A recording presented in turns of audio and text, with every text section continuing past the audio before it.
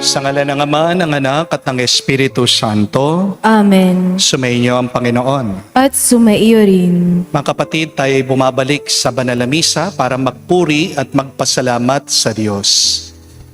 Bagong araw, bagong linggo, bagong buhay, bagong biyaya galing sa Diyos.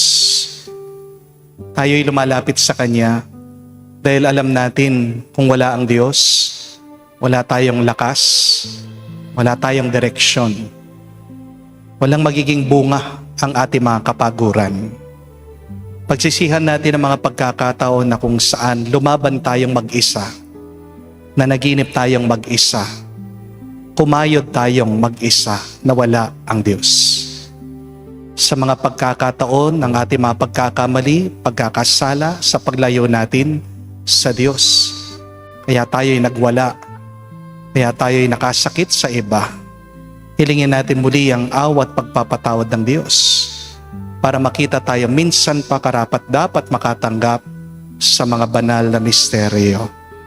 Inaamin ko Sa makapangyarihang Diyos at sa inyo mga kapatid, na lubha akong nagkasala sa isip, sa salita, sa gawa at sa aking pagkukulang.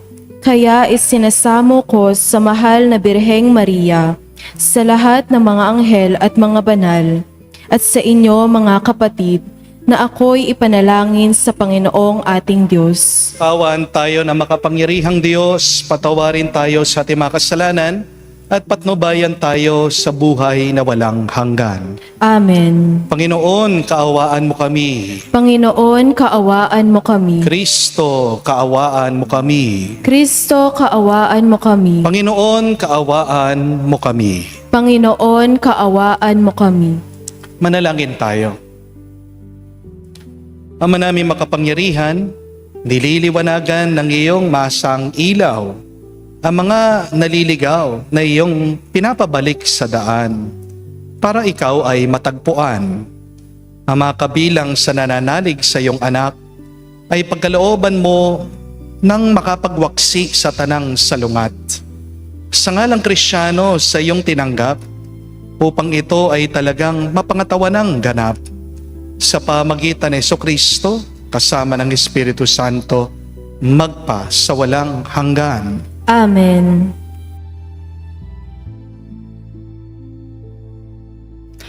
Pagbasa mula sa aklat ni Propeta Isaias. Mga pinuno ng Sodoma, pakinggan ninyo ang sinasabi ng Panginoon. Mga namamayan sa Gomora, pakinggan ninyo ang aral ng ating Diyos. Ang sabi niya, walang halaga sa akin ang dami ng inyong mga handog. Sawa na ako sa mga tupang sinusunog at sa taba ng bakang inihahandog. Hindi ako nalulugod sa dugo ng mga toro at mga kambing. Sino ang may sabi sa inyong magdala niyan sa harap ko? Sino ang may utos sa inyong magparuot parito sa aking templo? Huwag na kayong maghahandog ng paimbabaw. Nasusuklam ako sa usok na iyan. Nababagot na ako sa inyong mga pagtitipon kung pista ng bagong buwan at araw ng pamamahinga. Dahil sa pananatili ninyo sa inyong kasalanan. Labis akong nasusuklam sa inyong pagdiriwang ng bagong buwan at iba pang kapistahan. Suyang-suya na ako sa mga iyan at hindi ko na matatagalan. Kapag kayo'y tumawag sa akin, ibabaling ko sa malayo ang aking mukha. Hindi ko kayo papansinin kahit na kayo'y manalangin ng manalangin. Hindi ko kayo pakikinggan sapagkat marami kayong inutang na buhay. magpakabuti na kayo. magbalik loob sa akin. Talikdan na ninyo ang masasamang gawain. Tumigil na kayo ng paggawa ng masama. Pag-aralan ninyong gumawa ng mabuti. Pairalin ang katarungan. Itigil ang pang-aapi. Tulungan ang mga ulila. Ipagtanggol ang mga balo. Ang salita ng Diyos. Salamat sa Diyos. Ang masunurin sa Diyos ay sasagipin niyang lubos. Ang masunurin sa Diyos ay sasagipin niyang lubos. Hindi ako nagagalit dahilan sa inyong handog. Ni sa inyong mga haing sa dambanay sinusunog. Bagaman ang mga toroy, hindi ko na kailangan. Maging iyang mga kambing at ang inyong mga kawan. Ang masunurin sa Diyos ay sasigipin niyang lubos. Bakit ninyo inuusal, yaong aking mga utos?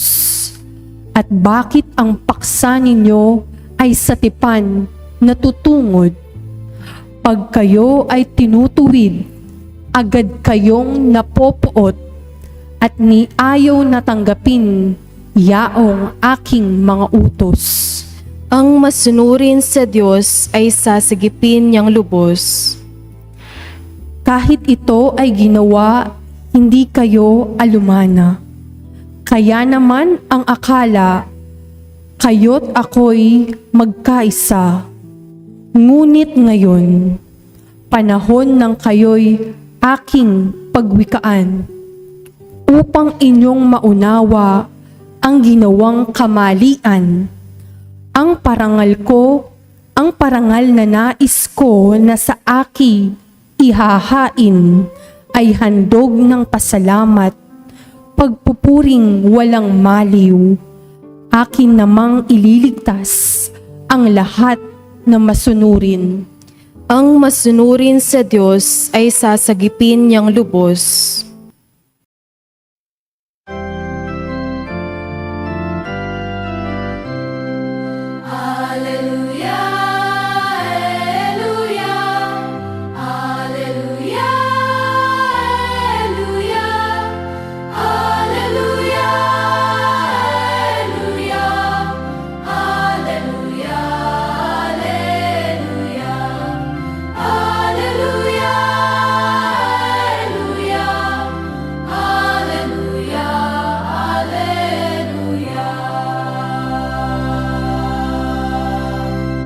Mapalad ang inuusig sa gawang puspos ng bait, pagkat may kakamtang langit. Aleluya, aleluya. Sumainyo ang Panginoon. At sumaiyo rin. Ang mabuting balita ng Panginoon ayon kay San Mateo. Papuri sa iyo, Panginoon. Nung panong yun, sinabi ni Jesus sa kanyang mga apostol, "Huwag ninyong isiping naparito ako upang magdala ng kapayapaan sa lupa. Naparito ko upang magdala ng tabak, hindi kapayapaan, sapagkat naparito ko upang papaglabanin ang anak na lalaki at ang kanyang ama, ang anak na babae at ang kanyang ina, ang manugang na babae at ang kanyang biyanan na babae. At ang mga kaaway ng isang tao ay ang kanya ring kasambahay. Ang umiibig sa ama o sa ina ng higit sa akin ay hindi karapat-dapat sa akin. At ang umiibig sa anak na lalaki o babae na higit sa akin ay hindi karapat-dapat sa akin. Ang hindi nagpapasan ng kanyang krus at sumusunod sa akin ay hindi karapat-dapat sa akin. Ang nag-iingat ng kanyang buhay ay siya ring mawawalan nito. At ang nawawalan ng kanyang buhay dahil sa akin ay magkakamit nito. Ang tumatanggap sa inyo ay tumatanggap sa akin. At ang tumatanggap sa akin ay tumatanggap sa nagsugo sa akin. At ang tumatanggap sa isang propeta dahil sa siya'y propeta ay tatanggap ng gantimpala ukol sa propeta. At ang tumatanggap sa isang taong matuwid dahil siya'y matuwid ay tatanggap ng gantimpalang nauukol sa taong matuwid. At ang sino man magbigay ng kahit isang basong tubig na malamig sa isang maliit na ito dahil ito'y alagad ko, tinitiyak ko sa inyong tatanggap siya ng gantimpala. Matapos tagabilinan ang 12 alagad, umalis si Jesus upang magturo at mangaral sa mga bayang malapit doon. Mga kapatid, ang mabuting balita ng ating Panginoon. Pinupuri ka namin, Panginoong Hesukristo. Magandang araw po muli sa inyong lahat. Welcome po sa ating banal na misa. Hindi ko po alam kung hindi kayo nagtataka. Paano kaya nakakapagmaneho ang mga piloto ng eroplano? Ang liit-liit lang naman ng kanilang bintana, di po ba? Pansinin niyo po ang mga eroplano. Pagkalaki-laki na mga ito. Pero ang liit-liit lang nung bintana nung piloto, nung nagmamaneho. At nakakabilib pa kasi yung eroplano kayang makalipad kahit pagkalakas-lakas ng bagyo, kahit na maulap ang panahon. Ang tanong, paano nila nagagawa ito? Ito po ay dahil meron pong compass, meron pong guidance system, merong GPS ang mga eroplano. Kaya pakaisipin niyo po ito. Kahit na gaano kaganda ang eroplano, kahit na gaano kalakas, katibay ang mga pakpak nito, kahit na marami itong gasolina, kung mali ang direksyon ng eroplano, siguradong maliligaw ito. Kung hindi alam ng eroplano kung saan siya lilipad, hindi siya makakarating sa kanyang paroroonan. Ang pinakamahalagang bahagi ng eroplano ay hindi po yung makina. Ang pinakamahalagang bahagi ng eroplano ay yung maliit na compass, yung guidance system, yung GPS. At ganito rin po sa buhay natin, magandang pagmunihan. Ano ba ang compass ng buhay mo? Pera ba? Trabaho ba? Pamilya ba? Opinyon ng ibang tao? O baka nahuhuli na dyan ang Diyos? Yan po ang gustong itanong ni Jesus sa atin ngayon. Kaya sinabi ng ating Panginoong Jesucristo, whoever loves father or mother more than me is not worthy of me. Hindi po sinasabi ng ating Panginoong Jesucristo, wag nating mahalin ang ating mga pamilya. Ang ibig lang sabihin ng ating Panginoon, kung mali yung compass mo, kahit na mabuti ang intensyon mo, magkakamali ka, magkakasala ka, maliligaw ka pa rin. Di po ba? Alam niyo po ba kung bakit po umiikot po lahat ng mga planeta sa solar system? Ito po ay dahil sa ating araw. Kapag nawala po ang araw, magkakagulo po ang mga planeta. Ang nagbibigay po ng gravitational pull, kaya maayos po, hindi nagbabanggaan yung mga planeta. Ito po ay ang araw. Isipin niyo po yung araw parang angkla, anchor ng ibang planeta. Kapatid, ang ating Panginoon, siya ang araw ng ating buhay. Kapag ang sentro ng buhay mo si Kristo, umiikot ng maayos ang lahat, di po ba? Maayos ang pamilya mo, mabuti ang trabaho mo, mabuting kalusugan sa iyong pangangatawan, maayos ang iyong pangarap, at masayang iyong relasyon. Pero kapag ang Diyos inalis mo sa gitna, pansinin niyo anong nangyayari. Hindi gumaganda ang ating buhay. Nawawalan ito ng direksyon. Amen? Nung bata po ako, naalala ko yung aking lolo. Tinuruan po ako magsuot ng polo. Sabi po niya sa akin, Apo, siguraduhin mo tama yung unang botones mo.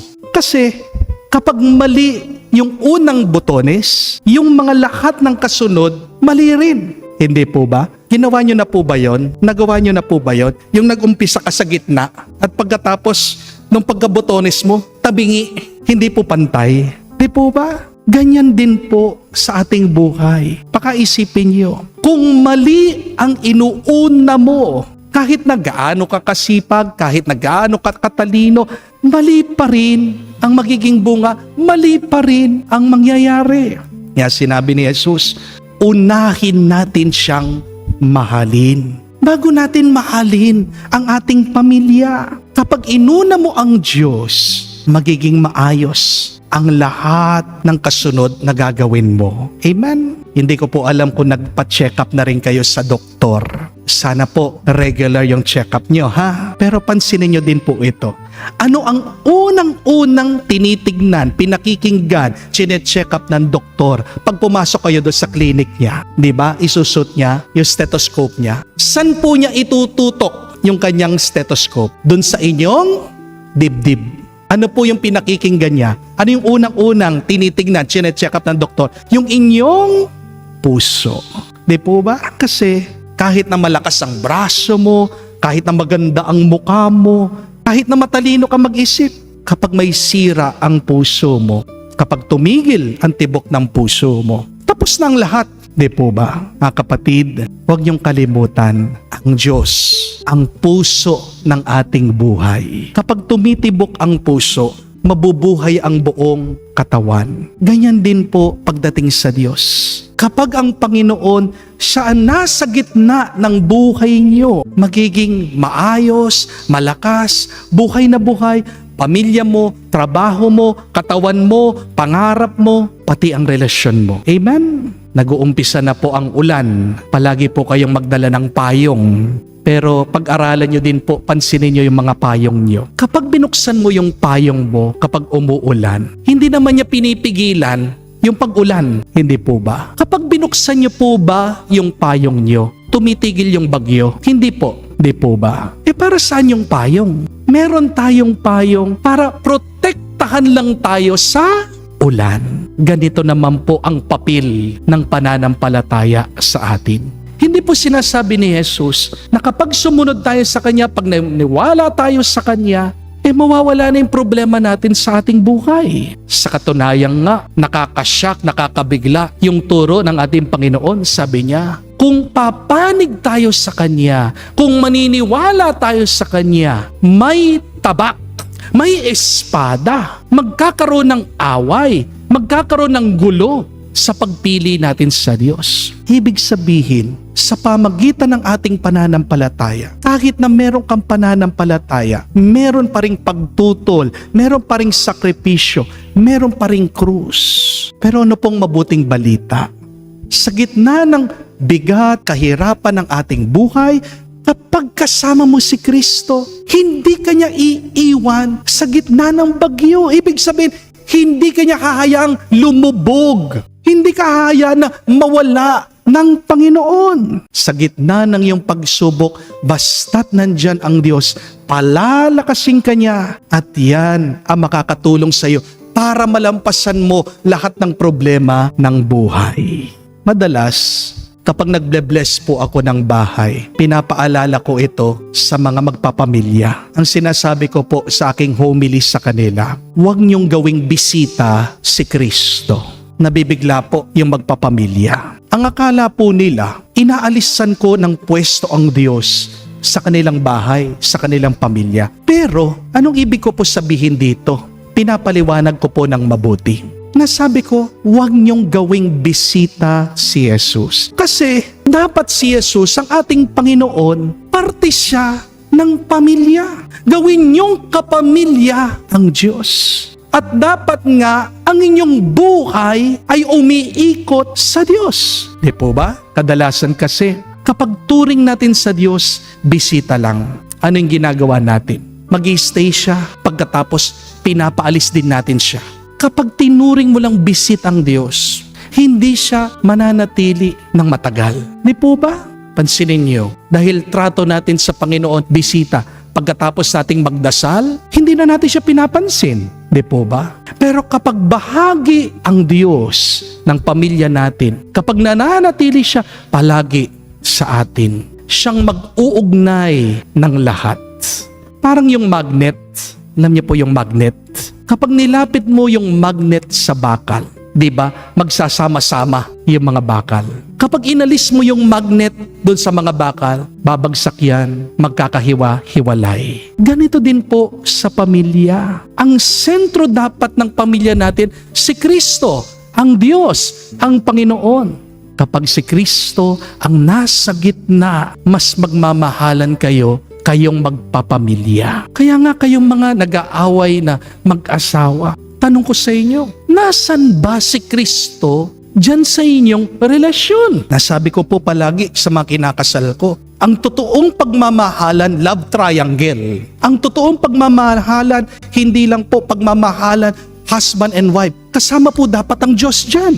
Amen? Kasi kapag inalis mo si Kristo, kahit nagaano kayo, ka-close ngayon, kalapit ngayon, unti-unti magkakahiwalay kayo. Di po ba? Kapatid, tandaan niyo po, kapag ang Diyos ang unang minahal mo, mas mamahalin mong tama ang pamilya mo. Kapag inuna mong minahal ang Diyos, tuturuan ka niya paanong tunay na magmahal. Amen? At kapag ang Diyos ang nasa gitna ng pamilya niyo, magkakaroon kayo ng lakas, pagkakaisa sa gitna ng mga pagsubok at problema. Amen? Dasal po tayo sa banal na misang ito. Si Kristo sana ang unahin natin para sumunod lahat ng mabuti sa ating buhay. Si Kristo sana maging sentro ng buhay natin para mapalakas tayo, para magkaisa tayo. Si Kristo sana ang magbigay ng direksyon sa buhay natin para hindi tayo mawala at makauwi tayo ng mabuti sa buhay walang hanggan. Amen. Tumayo po tayo, alay po natin sa Diyos ang ating mga dasal at panalangin. Huwag nating asahan na magiging sikat tayo. Naway hubugin ang ating mga hangarin ng hiwagang ito ng karyan ng langit. Ating sabihin, Panginoon, dinggin mo kami. Panginoon, dinggin mo kami. Ang mga miyembro ng simbahan naway maging matapang at lagi ng tapat sa pananampalataya sa gitna ng pakikipagtunggali at pag-uusig. Manalangin tayo sa Panginoon. Panginoon, dinggin mo kami. Ang mga magulang naway magkaroon ng lakas at tapang upang gabayan ang kanilang mga anak sa daan ng pananampalataya at kristyanong pamumuhay. Manalangin tayo sa Panginoon. Panginoon, dinggin mo kami. Ang mga kabataan naway magkaroon ng lakas na mapaglabanan ang impluensya ng kasamaan. Manalangin tayo sa Panginoon. Panginoon, dinggin mo kami. Sa katahimikan po ng ating puso, sabihin natin sa Diyos ang ating mga personal na pangangailangan. Ama naming Diyos, pinadala mo ang iyong anak upang tulungan kami sa aming mga pakikibaka sa buhay. Bigyan mo kami ng kapanatagan sa kabila ng aming pagdurusa at bigyan mo kami ng lakas na kumilos na mayroong pananalig sa iyong salita. Hinihiling namin ito sa pamagitan ni Kristo, aming Panginoon. Amen. Manalangin kayo mga kapatid, parang ating mga paghahain ay kalugdan ng Diyos amang makapangyarihan. Tanggapin nawa ng Panginoon itong paghahain sa iyong mga kamay, sa kapurihan niya at karangalan, sa ating kapakinabangan at sa buong sambayanan niyang banal. Ama naming lumikha, tunghayan mo ang mga alay ng iyong sumasamong sambayanan, ay tanggapin mo ang mga ito para madagdagan ang iyong kabanalan sa mga nananalig na tunay, sa pamagitan ni Jesucristo kasama ng Espiritu Santo, magpa sa walang hanggan. Amen. Sumainyo ang Panginoon. At sumaiyo rin. Itaas sa Diyos sa inyong mga puso at diwa. Itinaas na namin sa Panginoon. Pasalamatan natin ang Panginoong ating Diyos. Marapat na siya ay pasalamatan. Ama namin makapangyarihan, tunay nga marapat na ikaw ang aming pasalamatan. Nasa iyong aming buhay, pagkilos at pag-iral. Sa pamumuhay namin araw-araw, tinatamasa namin ang iyong pagmamahal. Sa pag-ibig mo pinunla sa sangkatauhan, ang Espiritu Santo'y unang aming bigay. ng anak mong naglagak sa amin ng katiyakan, nakalaang mabuhay kami sa piling mo kailanman. Kaya kaisa na mga anghel ay sisiawit ng papuri sa iyo. Nang walang humpay sa kalangitan, kami nagbubunyi sa iyong kadakilaan.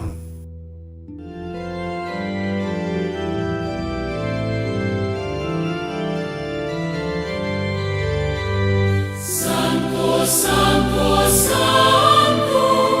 Panginoong Diyos ng mga hukbo, napupuno ang langit at lupa ng kadakilan mo.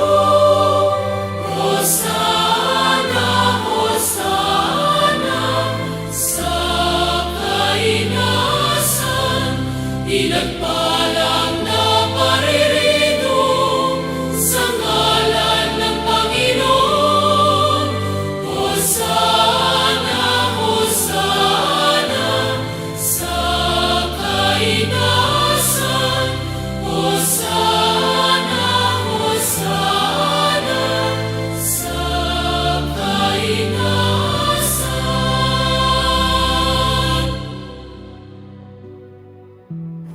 Ama naming banal, ikaw ang bukalan tanang kabanalan, kaya't sa pamagitan ng iyong Espiritu, gawin mong banal ang mga kaloob na ito, upang para sa amin, maging katawan at dugo ng aming Panginoong Heso Kristo. Bago niya pinagtiis ang kusang loob na maging handog, hinawakan niya tinapay, pinasalamatan kanya, pinaghati-hati niya iyon, inabot sa kanya malagad at sinabi, tanggapin ninyong lahat ito at kanin.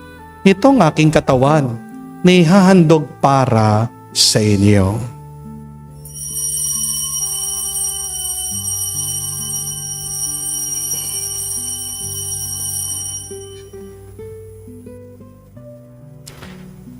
Gayon din naman nang matapos ang hapunan, hinawakan niyang kalis. Muli kanyang pinasalamatan.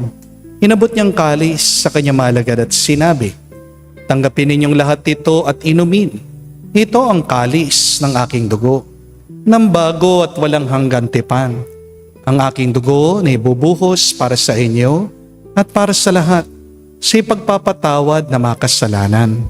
Gawin ninyo ito sa pag-alaala sa akin.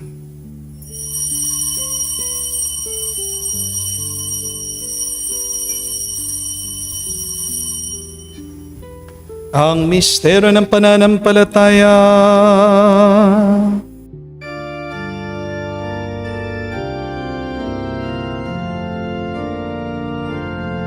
Si Kristo ay namatay, si Kristo ay nabuhay, si Kristo ay babalik sa wakas,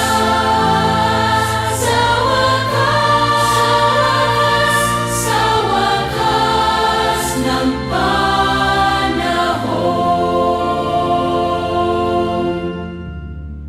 Ang mga ginagawa namin ngayon ng pag-alaala sa pagkamatay muling pagkabuhay ng iyong anak, kaya tinialay namin sa iyong tinapay nagbibigay buhay at ang kalis sa nagkakaloob ng kaligtasan.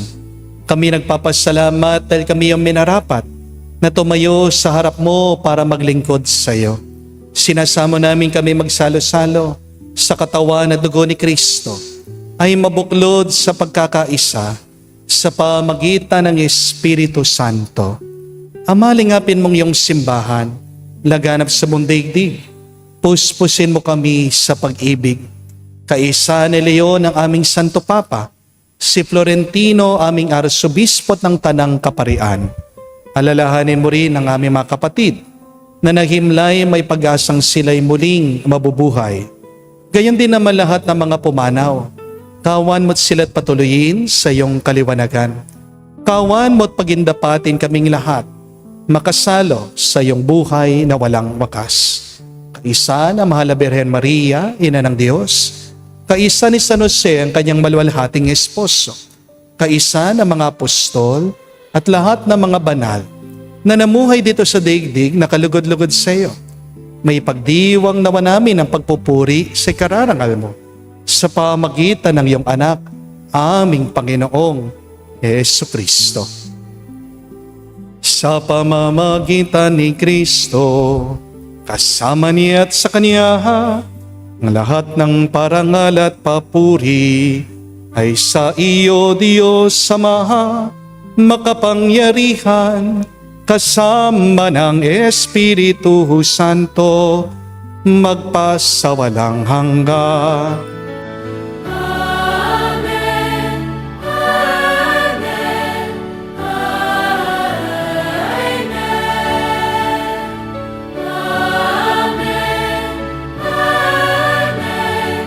Amen. Sa nakagaling na utos sa turo ni Jesus sa Panginoon natin na Diyos, ipahayag natin ang lakas, loob.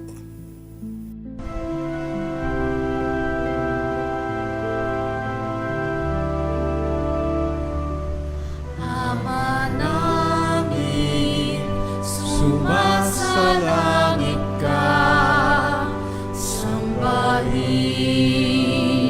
ang ngalan mo, mapasa amin ang kaharian mo, sundin ang loob mo dito sa lupa para lang sa langit. Bigyan mo kami ngayon ng aming kakanin sa araw-araw. At patawarin mo kami sa aming mga sala para ng pagpapatawad namin sa nagkakasala sa amin. At huwag mo kami ipahintulot sa tukso, at iadya mo kami sa lahat ng masama. Hinihiling namin kami, Adya, sa lahat ng masama, pagkalooban ng kapayapaan araw-araw, iligtas sa kasalanan, ilayo sa lahat ng kapahamakan, samantalang aming pinanabikan ang dakilang araw ng pagpapahayag ng tagapagligtas naming si Heso Kristo. Sapagkat iyo ang kaharian at ang kapangyarihan at ang kapurihan magpakailanman. Amen. Panginoong Heso Kristo, sinabi mo sa mga apostol, kapayapaan ang iniiwan ko sa inyo. Ang aking kapayapaan binibigay ko sa inyo. Tunghayan mo ang aming pananampalataya at huwag ang aming pagkakasala. Pagkalooban mo kami ng kapayapaan at pagkakaisa ayon sa iyong kalooban, kasama ng Espiritu Santo, magpa sa walang hanggan. Amen. Kapayapaan ng Panginoon ay laging sumainyo. At sumaiyo rin. Magbigayan po tayo ngayon ng kapayapaan sa bawat isa. Peace with you po. Kapayapaan po sa inyong lahat.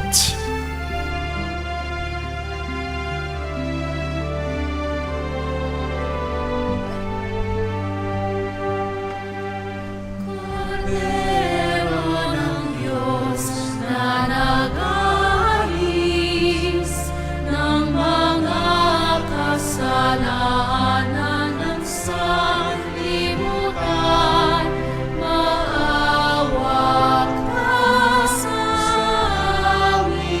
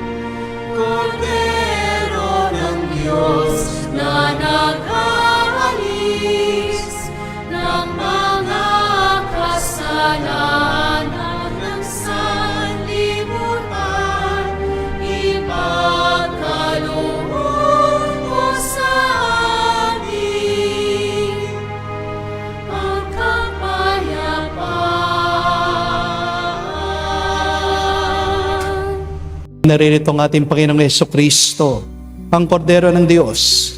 Siya nag-aalis sa mga kasalanan ng sanlibutan. Mapalad tayong lumalapit sa piging ng kordero. Panginoon, hindi ako karapat-dapat na magpatuloy sa iyo, ngunit sa isang salita mo lamang ay gagaling na ako.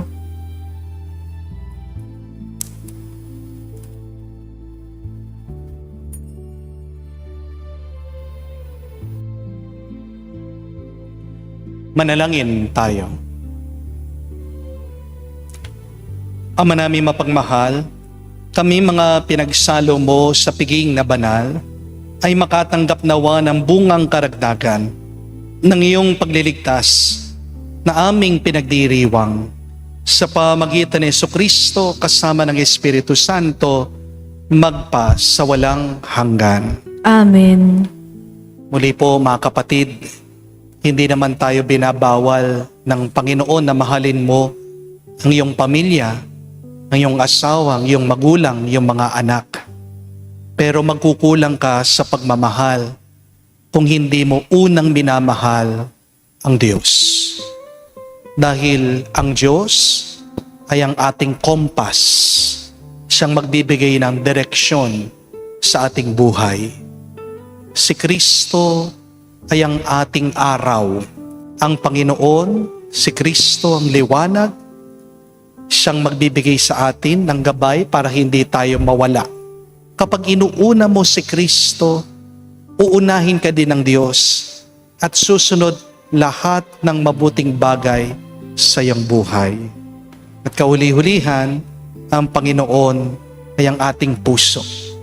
Kaya may lakas tayo dahil ang pagtibok ng puso ng Diyos ay ang pagbabasbas ng ating mga buhay.